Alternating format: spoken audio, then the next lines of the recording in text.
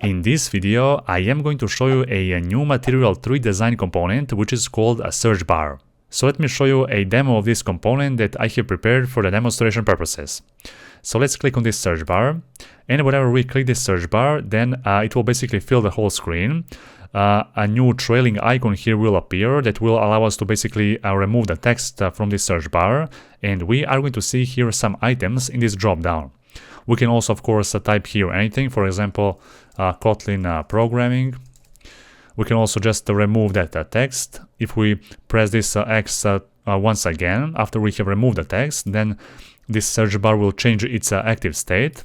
Also, of course, we can specify here some query. We can press this search button, and then a new item here will appear. And there you go. So without further ado, let's get started. Here, as you can see, I have a simple composable function and a scaffold. Now, inside our scaffold, I'm going to call here a composable function with the name of a search bar. Now, this search bar contains multiple different parameters, from which a couple of those are actually mandatory or required. So before we start adding those parameters, I'm going to open up the source code of this composable function. So here we have multiple different parameters. The first query is basically a text or a string that will be dynamically changed whenever we type something inside our search bar. The second one should basically update our query whenever we try to type something inside our search bar. Next, here we have an onSearch, so whenever we press a search IME action, then this lambda will be triggered.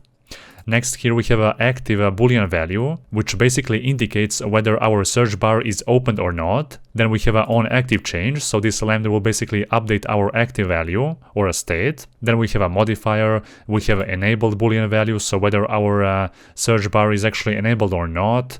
Then we have here a placeholder, which represents basically a text that should show up on our search bar when our search bar is empty.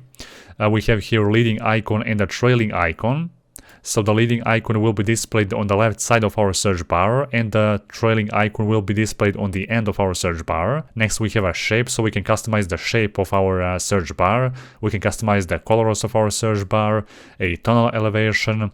We have a window insets, interaction source, and we have a content that will be displayed inside a drop down that will be triggered whenever we press on our search bar. So now let's go back to our main screen, and here I'm going to create for now two different states. The first one will be named text.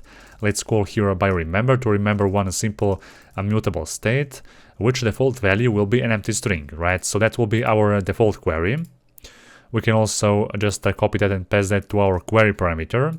And the second one will be named active, and it will represent an active state of our search bar. A default value here will be false. Specify that right here on our active parameter. The next thing, let's handle here on query change. So whenever we type something inside our search bar, then we want to update our actual text. So just type here text equal to it, which is referring to our actual text that we are typing in our search bar. Next, this onSearch lambda will be triggered whenever we press the search IME action on our software keyboard.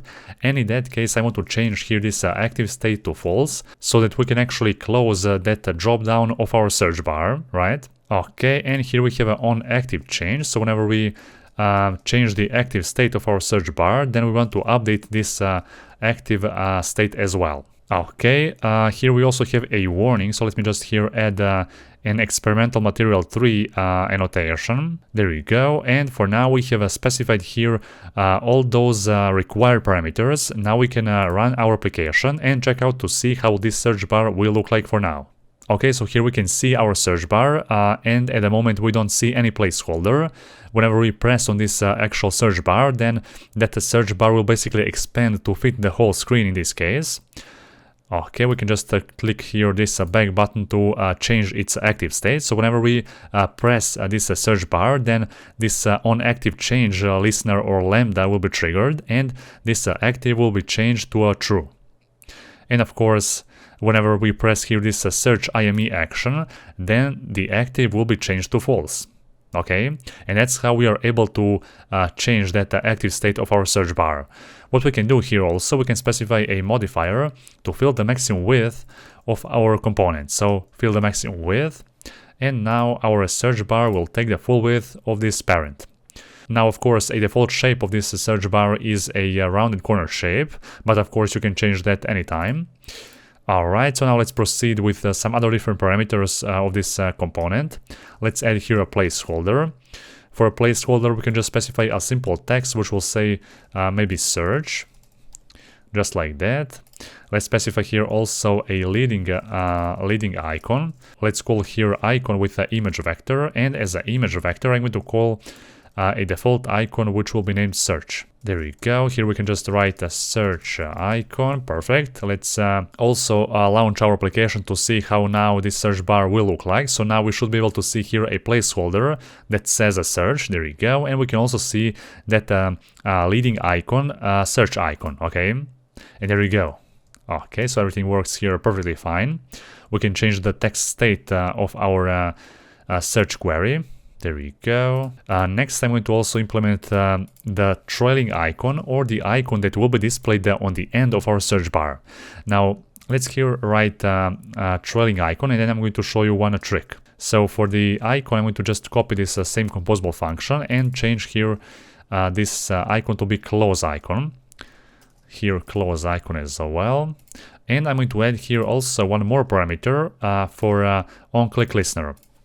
So let's add here a modifier, clickable, and whenever we press that close icon, we want to change our text query to an empty string, right? And also I'm going to add here one if check and check whether this active state is true. So only when our search bar is in this active state, only then we want to display this close icon on the end of our search bar. All right.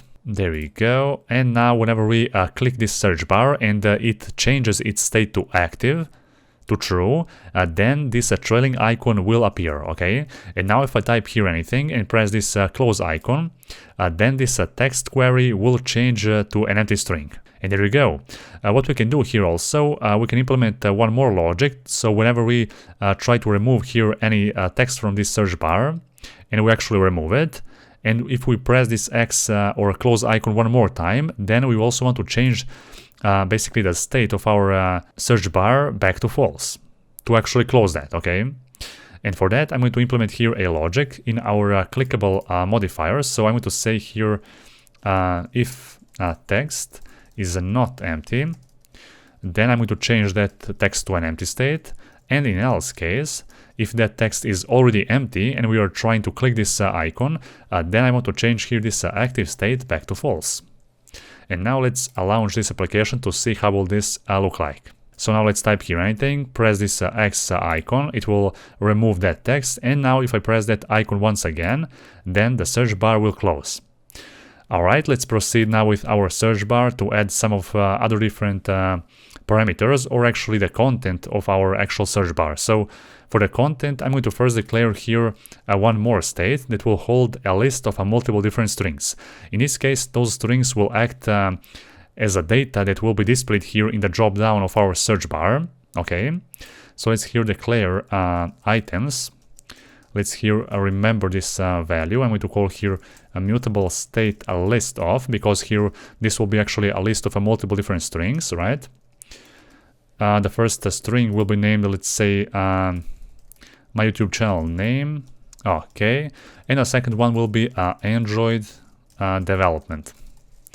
Okay, and now inside the content lambda or content parameter of our search bar, I'm going to add for each loop. So for each and every item in our list, I'm going to call here a for each, and I'm going to display here one composable function to reflect those items in that drop down. So here I'm going to add two different components inside a row.